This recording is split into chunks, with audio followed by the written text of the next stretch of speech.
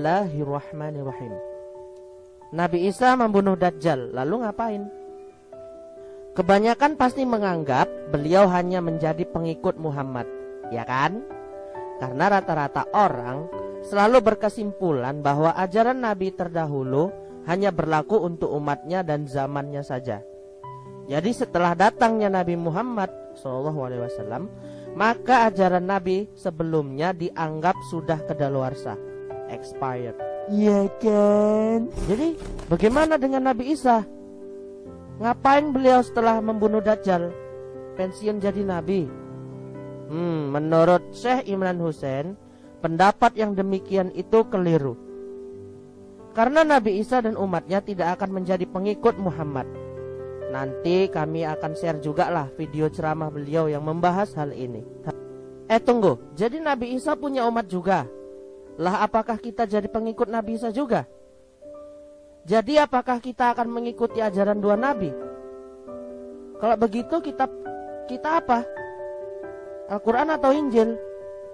Nah, di video kali ini kami akan membahas tentang peran Nabi Isa alaihissalam setelah turun di akhir zaman. Semoga kita tetap istiqomah mencari kebenaran ketika di dunia maya. Amin.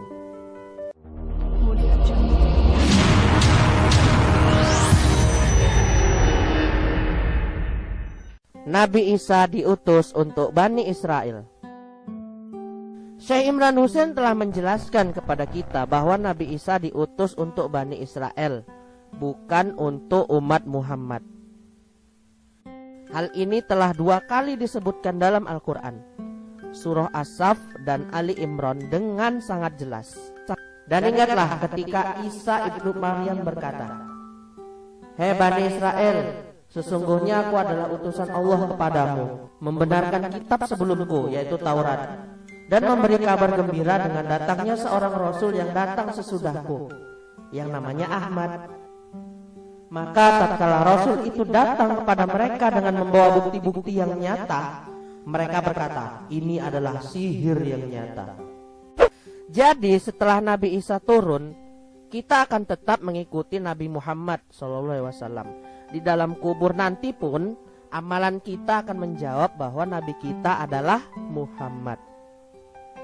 Di sebuah masjid di Damaskus, sebagai khalifah, Imam Mahdi memberitahu kita, inilah dia Al-Masih. Lalu Al-Mahdi meminta Nabi Isa untuk menjadi imam sholat fajar. Tapi Nabi Isa menolak. Nabi Isa bilang, "Andalah yang harus memimpin sholat, karena Anda adalah Amirul Mukminin, pemimpin umat Muhammad." Kemudian Nabi Isa akan sholat bersama kita dengan kiblat ke Mekah. Peristiwa yang dijelaskan hadis ini adalah makna simbolis bahwa Nabi Isa tidak akan memimpin sholat dan tidak pula menjadi pemimpin umat Muhammad Sallallahu Alaihi Wasallam. Nabi Isa hanya diutus untuk memimpin Bani Israel.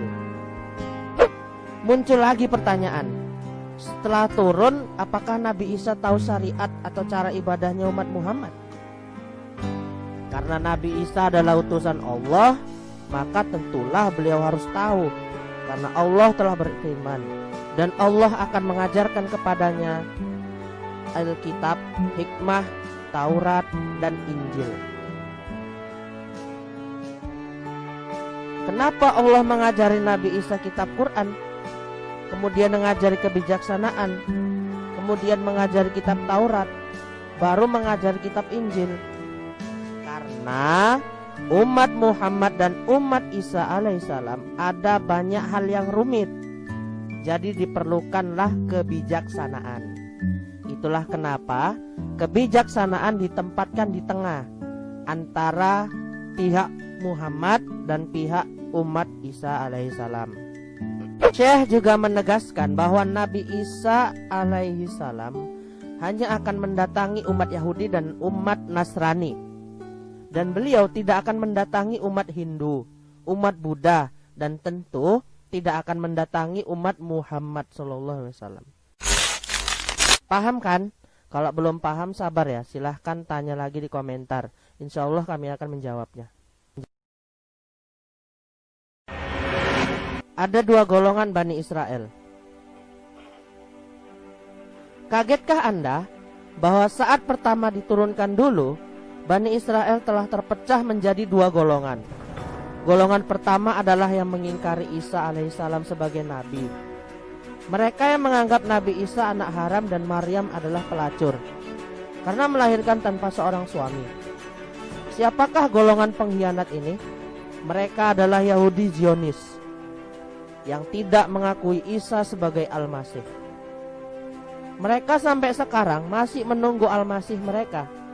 Kita sama-sama tahu itu adalah Al-Masih palsu, Dajjal. Ingatlah ketika Allah berfirman, "Hai Isa, sesungguhnya aku akan menyampaikan kamu kepada akhir ajalmu dan mengangkat kamu kepadaku, serta membersihkan kamu dari orang-orang kafir dan menjadikan orang-orang yang mengikuti kamu di atas orang-orang kafir hingga hari kiamat. Kemudian hanya kepada akulah kembalimu. Lalu aku memutuskan di antaramu tentang hal-hal yang kamu selalu berselisih padanya." Beginilah, Allah sangat menyayangi Nabi Isa dan ibunya yang penyabar. Karena itulah Allah menggunakan kata membersihkan. Sebab para Zionis telah melemparkan kotoran kepada Isa dan Maryam, dan Allah akan membersihkan Nabi Isa dari kotoran itu. Allah akan membersihkan Isa dari orang-orang yang berbuat kufur kepadanya, membersihkannya sebersih-bersihnya. Dan golongan yang kedua adalah yang menjadi pengikut Nabi Isa alaihissalam. Menurut Syekh, saat ini golongan Bani Israel yang menjadi pengikut setia Nabi Isa adalah Yahudi yang menentang Zionis.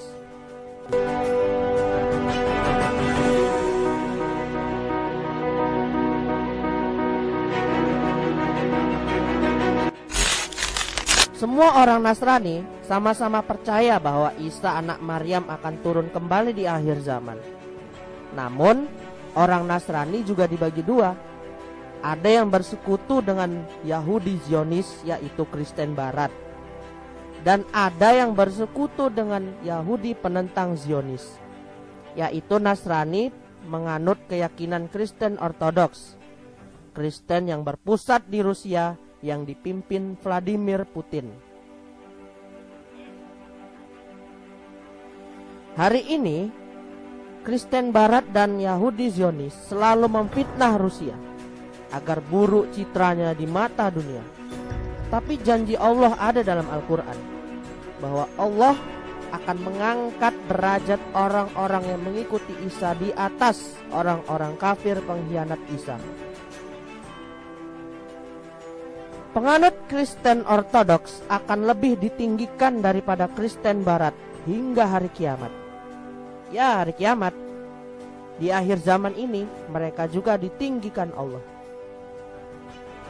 Syekh merasa bersyukur bahwa beliau telah dikaruniai umur panjang untuk menyaksikan kebenaran Al-Quran tentang golongan yang penuh kasih sayang kepada umat Islam, golongan yang membela Palestina, golongan yang membantu Syria, dan yang pasti golongan ini akan diselamatkan oleh Allah di akhir zaman bersama kita.